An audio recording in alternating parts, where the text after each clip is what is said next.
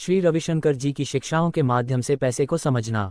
परिचय। पैसा हमारे जीवन में एक आवश्यक भूमिका निभाता है। यह आदान प्रदान का माध्यम, सुरक्षा का साधन और हमारी आवश्यकताओं और इच्छाओं को पूरा करने का उपकरण है। हालांकि ये केवल संग्रह का विषय नहीं है। श्री रविशंकर जी की शिक्षाएं पैसे के प्रति एक समग्र दृष्टिकोण को उजागर करती हैं, जिसमें आध्यात्मिकता और व्यवहारिक ज्ञान का समावेश होता है। पैसे की समझ। पैसे का मूल रूप में एक ऊर्जा का प्रतिनिधित्व है, एक ऐसा साधन जिसके माध्यम से हम अपने लक्ष्यों को पूरा कर सकते हैं, अपने मूल्यों को व्यक्त कर सकते हैं और समाज में एक दूसरे के साथ इंटरैक्ट कर सकते हैं। पैसे को एक ऊर्जा के रूप में समझने से दृष्टिकोण में बदलाव आता है, जिससे प्रचुरता की भावना उत्पन्न होती है। आध्यात्मिक दृष्टिकोण से पैसा। गुरुदेव के अनुसार पैसे को एक बहती हुई ऊर्जा के रूप में देखा जाना चाहिए, न कि एक स्थिर वस्तु के रूप में। जब हम पैसे के प्रति आसक्त हो जाते हैं तो ये हमारी आध्यात्मिक वृद्धि को सीमित करता है। पैसा अपनी मूल भावना में एक उपकरण है जिसे सही इरादों के साथ उपयोग किया जाना चाहिए, जो हमारे मूल्यों को दर्शाता है।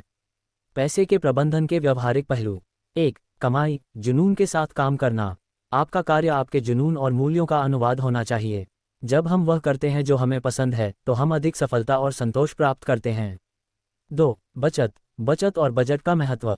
बचत की आदत डालना वित्तीय स्वास्थ्य के लिए आवश्यक है। यह आपातकालीन परिस्थितियों के लिए एक कुशन प्रदान करता है और भविष्य के प्रयासों के लिए मानसिक शांति देता है। 3. निवेश, समझदारी से धन बढ़ाना। निवेश को ज्ञान और सतर्कता के साथ किया जाना चाहिए। जोखिमों और लाभों को समझने से दीर्घकालिक विकास संभव हो सकता है। 4. खर्च करना, सजग उपभोग। हर खरीदारी को विचारपूर्वक करना चाहिए, जो हमारे मूल्यों को दर्शाती है और हमारी आवश्यकताओं को उचित ठहराती है। इससे पैसे के साथ एक स्वस्थ संबंध विकसित होता है। पैसे का प्रवाह। पैसा बहने के लिए है। जब हम उदारता से देते हैं तो यह प्रचुरता के चक्र को बनाता है। गुरुदेव उदारता के महत्व पर जोर देते हैं। जितना अधिक हम देंगे उतना ही हमें वापस मिलता है। ये कर्म के सिद्धांत के अनुसार है। पैसे के प्रति मानसिकता और दृष्टिकोण। 1. प्रचुरता बनाम कमी की मानसिकता।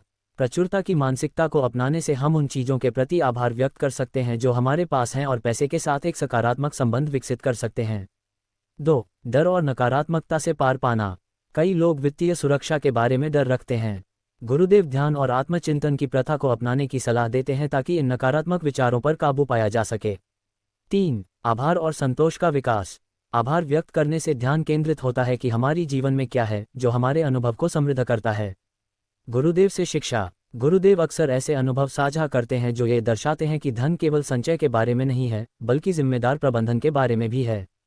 वे वित्तीय स्पष्टता प्राप्त करने के लिए ध्यान की प्रथा को प्रोत्साहित करते हैं। वित्तीय लचीलापन बनाना। वित्तीय चुनौतियों के समय भावनात्मक लचीलापन महत्वपूर्ण होता है। एक समर्थन प्रणाली और सामुदायिक संबंध वित्तीय बाधाओं को पार करने के लिए आवश्यक ताकत प्रदान कर सकते हैं। भावनात्मक बुद्धिमत्ता को समझना वित्तीय तनाव का सामना करने में सहायक हो सकता है। भविष्य के लिए दृष्टि। पैसे के लिए एक सतत दृष्टिकोण अपनाना हमारे वित्तीय निर्णयों के प्रभाव को हमारे भविष्य और पृथ्वी पर साकार करता है। भौतिक साधनों के साथ आध्यात्मिक समृद्धि को संतुलित करने से एक संतोषजनक जीवन का निर्माण हो सकता है। निष्कर्ष। गुरुदेव की शिक्षाओं को आध्यात्मिकता के साथ वित्तीय साक्षरता में जोड़ने से एक ऐसा जीवन निर्माण होता है जो भौतिकता से परे जा सकता है। जब हम पैसे को एक आवश्यक भाग मानते हैं जबकि संतुलित दृष्टिकोण बनाए रखते हैं तो हम व्यक्तिगत और सामूहिक विकास को बढ़ावा देते हैं। विस्तार। ये रूपरेखा एक प्रारंभिक बिंदु के रूप में कार्य करती है। हर अनुभाग को और अधिक विस्तार से व्यक्तिगत कहानियाँ, उदाहरण और गुरुदेव की शिक्षाओं से संदर्भ के साथ समृद्ध किया जा सकता है। आपके लिए मौलिक विचार और अभ्यास जोड़ने से सामग्री अधिक आकर्षक हो जाएगी। यदि आप किसी विशेष भाग या अवधारणा पर और विस्तार चाहते हैं तो कृपया बताएं।